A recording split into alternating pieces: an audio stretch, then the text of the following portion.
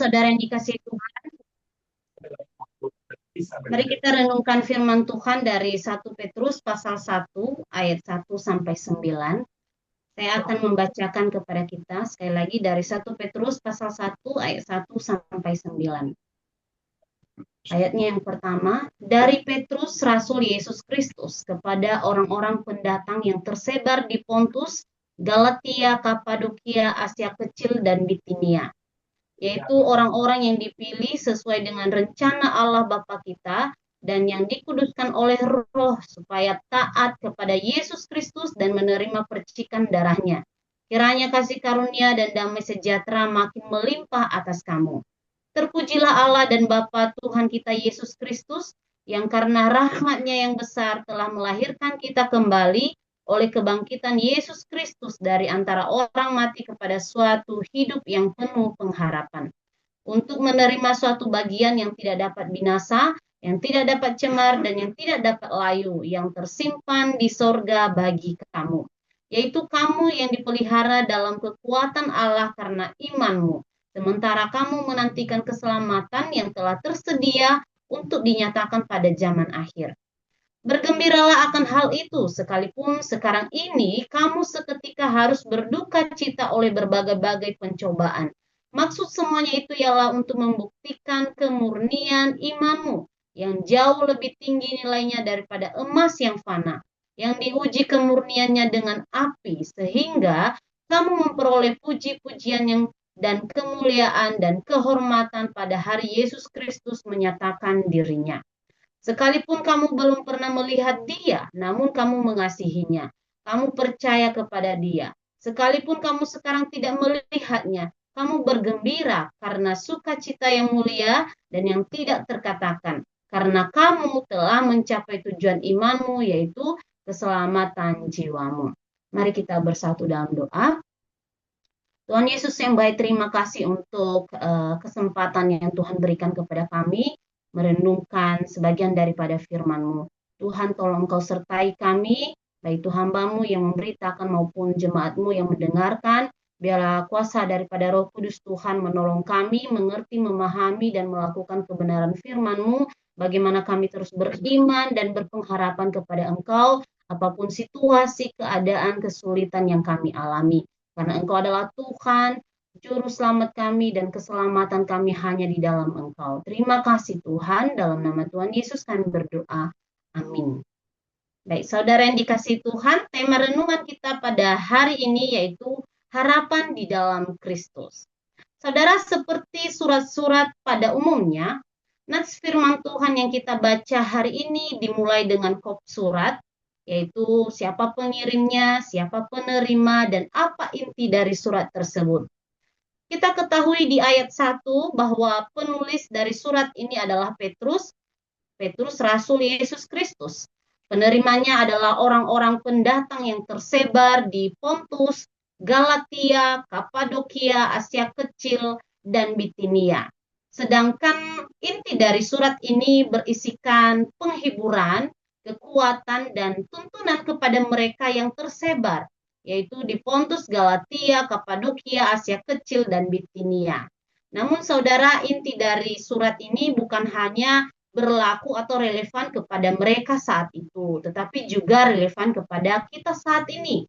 Sebab setiap firman Tuhan yang diilhamkan atau ditulis di dalam Alkitab tidak berhenti pada zaman dulu, pada zaman itu, tetapi tetap relevan dari dulu, sekarang, sampai selamanya. Ya, saudara yang dikasihi Tuhan, kalau kita melihat latar belakang orang-orang penerima surat ini, ternyata mereka sedang berada di posisi tidak baik-baik saja. Mereka mengalami penderitaan, mengalami berbagai pencobaan, mengalami kesulitan, tekanan hidup di tengah masyarakat yang mereka tempati saat itu. Mereka dijauhi saudara, mereka diancam, tidak dianggap, bahkan mereka mengalami kehilangan status dan ekonomi. Pertanyaannya, mengapa mereka mengalami hal demikian? Satu alasan yaitu karena iman mereka kepada Kristus. Pertama, kita akan belajar tentang kita adalah orang pendatang. Ya, di sini dikatakan di ayat 1 mereka disebut sebagai pendatang. Pendatang dalam bahasa Inggris yaitu a stranger, artinya orang asing. Ya, pada umumnya kita ketahui bahwa sebagai pendatang, sebagai orang asing adalah orang yang tidak memiliki tempat yang menentu atau tidak memiliki kewarganegaraan di tempat ia tinggal. Orang yang haknya dibatasi, orang yang dipandang buruk, orang yang mudah dicurigai, dimanfaatkan, bahkan mudah dijatuhi hukuman berat jika itu di pengadilan. Nah, lewat situasi inilah, saudara, Rasul Petrus mengajak mereka melihat siapa diri mereka di hadapan Allah. Bahwa sesungguhnya setiap orang percaya atau setiap orang Kristen adalah pendatang di dunia ini dan tidak lepas dari yang namanya ujian iman.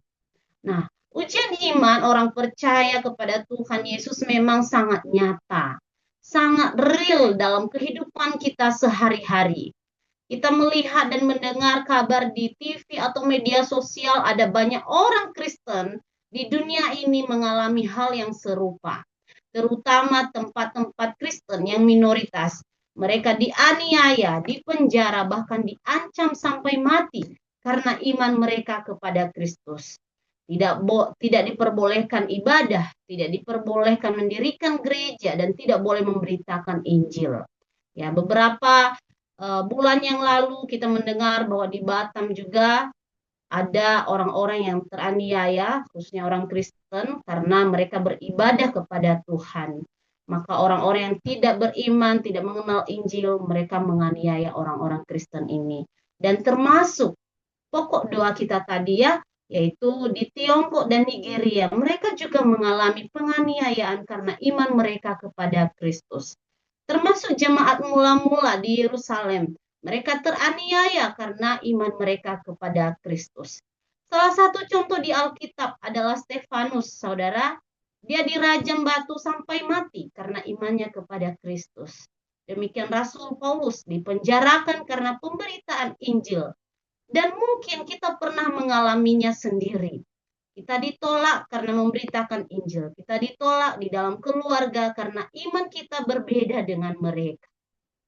Secara pribadi, saudara, saya juga mengalaminya.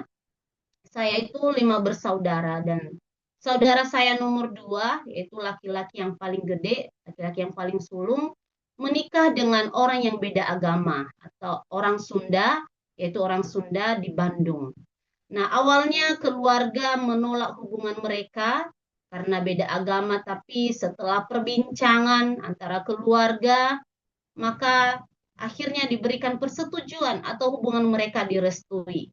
Dan sebelum menikah, saudara, ada perjanjian antara keluarga bahwa selesai acara pernikahan, tugas abang ini adalah membawa istri dan keluarga untuk beribadah di gereja, untuk percaya kepada Yesus.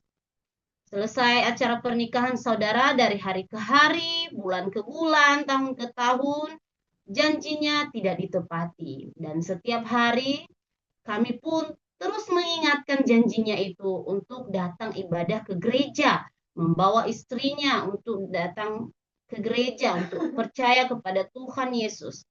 Tetapi setiap kali diingatkan, ada saja alasan, ada beribu alasan yang muncul. Lingkungan tidak mendukung karena tinggal dengan tinggal dengan mertua. Sekarang mertua sudah tidak ada, sekarang alasannya karena sibuk bekerja, atau rumah tidak dapat ditinggalkan karena ada dagangan atau usaha yang harus dikerjakan di rumah. Dan apa yang terjadi, saudara? Saudara saya ini, abang saya, mengasingkan diri dengan kami, sudah jarang berkomunikasi dengan kami, keluarganya termasuk kepada saya. Dan kalaupun ada waktu telepon, dia bisa dihubungi, dia hanya bisa say hello dan menanyakan kabar, bagaimana kabar, lalu selesai percakapan itu. Artinya tidak ada ruang untuk bercerita lagi dengan dia karena sudah membatasi diri dengan kami. Meskipun demikian, saudara, relasi dan komunikasi yang semakin renggang antara dia dengan saudaranya atau antara dia dengan keluarga kami dan saya khususnya tetap mendoakannya supaya dia kembali percaya kepada Yesus dan membawa keluarganya untuk mengenal Yesus. Sekarang anaknya sudah 3 dan itu ibadah mereka ya bukan kepada Tuhan Yesus. Dan ini termasuk pergumulan bagi kami secara khusus supaya kami bisa terus mendorong atau mengingatkan saudara saya ini untuk kembali kepada Tuhan Yesus. Dan saya percaya rekan-rekan juga memiliki tantangan iman, baik itu di dalam keluarga, dalam relasi, pekerjaan, atau pelayanan yang ada. Tapi satu hal yang pasti yang perlu kita ketahui, saudara yang dikasihi Tuhan, bahwa iman kita di dalam Kristus tidak akan pernah sia-sia. Karena pengharapan kita itu hanya di dalam Kristus. Kita bisa dianiaya oleh dunia, kita bisa ditolak oleh dunia, ditolak oleh keluarga. Dunia boleh menganggap kita lemah, tetapi di dalam Kristus ada kekuatan, ada pengharapan sejati. Tadi dikatakan bahwa kita adalah pendatang di dunia ini. Karena kita adalah pendatang, maka kita pun harus berbeda dengan masyarakat lainnya. Karena kita orang percaya kepada Yesus, orang Kristen, maka kita harus berbeda dengan dunia. Jangan sampai dosa yang diperbuat oleh dunia, kita mengikutinya. Jangan sampai kecanduan yang mengikat sama dengan dunia. Menghibur diri dengan berbagai hiburan, kita melakukannya juga sama dengan yang dilakukan oleh dunia. Mengejar hal yang sama, menginginkan hal yang sama. Memperlakukan keluarga, suami, istri, anak, bahkan lebih buruk dari orang-orang yang belum mengenal Kristus, yang belum mengenal Injil. Lalu apa bedanya kita dengan dunia jikalau kita mengikuti seperti dunia yang lakukan? Firman Tuhan di dalam Roma pasal 12 ayat 2. Janganlah kamu menjadi serupa dengan dunia ini, tetapi berubahlah oleh pembaharuan budimu, sehingga kamu dapat membedakan manakah kehendak Allah, apa yang baik, yang berkenan kepada Allah, dan yang sempurna. Maka saudara yang dikasihi Tuhan, hendaknya kita berhati-hati dengan tren dunia saat ini. Ya, itu tren dan kecanggihan dunia memang tidak salah. Ya, tapi kelihatannya maju, kelihatannya menolong dan mempermudah kita, tapi sesungguhnya sedang menyeret kita ke dalam jurang, perlahan-lahan membawa kita sama dengan arus dunia. Misalnya nih, yang paling gampang dan mungkin sudah terrealisasi dalam kehidupan kita, misalnya adalah AI yang bisa memberi jawaban yang kita butuhkan secara instan. Tapi sebenarnya perlahan-lahan itu bisa membuat kita malas untuk belajar, malas membaca, malas berpikir di dalam mengerjakan tugas, terutama di dalam membaca dan meneliti firman Tuhan yang sudah diilhamkan, dituliskan di dalam Alkitab. Saudara dikasih Tuhan, apa yang perlu kita lakukan? Yaitu ubahlah pembaharuan budi kita. Berhikmat di dalam menanggapi hal-hal di dunia ini. Supaya kita bisa membedakan manakah kehendak Allah, apa yang baik, dan apa yang berkenan kepada Allah.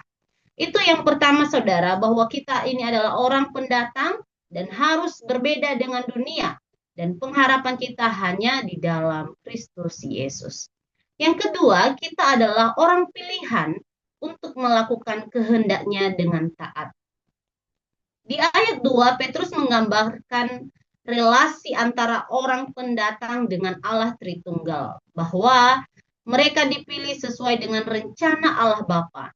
Dikuduskan oleh Roh Kudus supaya taat kepada Yesus Kristus dan menerima percikan darahnya. Nah, inilah penghiburan sejati bagi orang-orang pendatang di dunia ini, bagi orang-orang yang teraniaya, bahwa mereka lah orang-orang pilihan Allah. Mereka dikuduskan oleh Roh untuk melakukan kehendak Allah dengan taat. Jadi saudara yang dikasihi Tuhan, kita dipilih, kita dipanggil, diselamatkan, dan dikuduskan oleh rahmat-Nya yang besar untuk melakukan pekerjaan Allah dengan taat. Bukan hanya sekedar menerima, keselamatan yang diberikan kepada kita, tetapi kita perlu mengerjakannya dalam kehidupan kita. Dalam Filipi pasal 2 ayat 12, hai saudara-saudaraku yang kekasih, kamu senantiasa taat, karena itu tetaplah kerjakan keselamatanmu dengan takut dan gentar. Artinya keselamatan yang kita terima dalam Yesus akan nampak lewat buah-buah kehidupan kita. Baik di dalam cara berpikir, berkata, berrelasi, bekerja, dan berkeluarga. Dan itulah yang membedakan kita dengan dunia. Ayat 3-5 dituliskan jaminan-jaminan yang hendak kita terima ketika kita beriman teguh kepada Kristus, yaitu memiliki hidup penuh pengharapan. Itu di ayat 3. Dan kedua, memiliki warisan yang tidak binasa, cemar dan tidak layu. Tidak cemar dan tidak layu, itu di ayat keempat. Kemudian memiliki keselamatan yang telah tersedia yang dinyatakan untuk zaman akhir, ada di ayat kelima. Jadi ketiga hal ini, saudara yang dikasihi Tuhan, adalah jaminan yang diberikan oleh Allah bagi kita orang-orang yang percaya, yang teguh imannya kepada Tuhan. Dan itu tidak akan hilang atau direbut oleh siapapun. Semuanya tersimpan aman di surga untuk saya dan saudara. Saya bisa bayangkan itu seperti harta yang disimpan di dalam brankas di surga, ya, dijaga oleh Allah, diberi tanda nama kita satu persatu, dan disediakan hanya khusus kita yang beriman kepadanya. Kalau kita bertanya, saudara, wah, kalau ngomong sih gampang ya, tapi melakukan tugas di dunia ini sepertinya sulit ya. Kalau kita bertanya bagaimana saya bisa menerima semuanya itu, saya hidup di dunia yang penuh dengan dosa, penuh kelemahan. Saya sering tergoda, saya sering jatuh ke dalam dosa. Bagaimana mungkin saya bisa kuat dan bagaimana mungkin saya layak untuk menerima jaminan itu, bisa layak menantikan hal itu. Petrus menjawab di ayat kelima bahwa kamu dipelihara di dalam kekuatan Allah, bukan kekuatan dunia, bukan kekuatan diri sendiri, tetapi dipelihara dalam kekuatan Allah. Artinya, Allah turut bekerja atas setiap perjuangan iman kita kepada Tuhan di tengah-tengah dunia yang menakutkan ini. Maka saudara yang dikasihi Tuhan, kita jangan perlu takut atau gentar karena Allah memelihara kita dengan tangan kasih-Nya. Saudara yang dikasihi Tuhan, kita tadi bersama-sama bersyukur bahwa sudah 11 bulan ya kita melewati tahun 2025 ini. Sekarang pohon Natal sudah dipasang di mana-mana. Banyak orang menanti-nantikan hari Natal, meskipun ya kita harus mengakui bahwa di dalam satu tahun ini pasti ada banyak problema yang kita alami. Ada banyak tantangan, rintangan yang kita alami. Ada banyak pergumulan, penderitaan, dan penganiayaan yang kita alami. Mungkin di dalam keluarga kita, dalam relasi, dalam ekonomi, dalam pekerjaan, pelayanan kita. Tetapi ketika kita sudah sampai di ujung tahun, merayakan hari Natal, hati kita tetap bersuka cita. Kenapa saudara? Karena Natal itu memberitakan kabar sukacita yang penuh pengharapan bagi setiap kita. Karena Natal menceritakan tentang Yesus Kristus yang datang membawa pengharapan bagi orang berdosa. Maka orang-orang yang percaya kepada Yesus jarang sekali melewatkan momen Natal ini. Karena Natal menjadi momen yang sangat bersejarah untuk mengingat kasih rahmat Allah yang sungguh besar. Maka saudara yang dikasihi Tuhan, biarlah kisah Natal ini juga menjadi tugas utama kita untuk menceritakannya kepada orang-orang yang belum mengenal Yesus. Menjadi tugas kita kepada orang-orang yang berputus asa, kepada orang-orang yang sedang mengalami penderitaan dan penganiayaan, supaya mereka juga bisa mendengar dan mengenal kabar sukacita itu, bahwa keselamatan, pengharapan sejati hanya ada di dalam Yesus Kristus. Nah, ini adalah tugas kita sebagai orang-orang yang sudah dipilih Allah, maka kita mari teguhkan iman kepada Yesus Kristus bagaimanapun keadaan kita, bagaimanapun tantangan iman yang kita lewati, karena ada Tuhan yang memelihara iman kita dengan kekuatan yang akan menolong kita untuk melewati setiap tantangan-tantangan iman yang kita alami. Jadi saudara yang dikasihi Tuhan, mari tetap teguh imannya di dalam Tuhan, karena Tuhan adalah sumber pengharapan kita dan sumber keselamatan kita, dan iman kita di dalam Kristus tidak akan pernah sia-sia. Dan mari juga tetap menjadi saksi-saksi Kristus bagi orang-orang yang belum mengenal Kristus, supaya mereka juga bisa memiliki pengharapan sejati, bisa memiliki keselamatan yang pasti yang hanya ada di dalam Yesus Kristus. Kiranya Roh Kudus Tuhan menolong kita untuk tetap beriman kepada Yesus di tengah pergumulan kesehatan, pergumulan keluarga, pekerjaan, dan pelayanan kita. Dan kiranya Roh Kudus juga yang menolong kita menjadi saksi Kristus kepada orang lain untuk memberitakan kabar sukacita, kabar pengharapan ini kepada mereka yang belum mengenal Kristus. Tuhan Yesus memberkati. Saya minta dengan kasih Muse Andi untuk membawa kita dalam doa.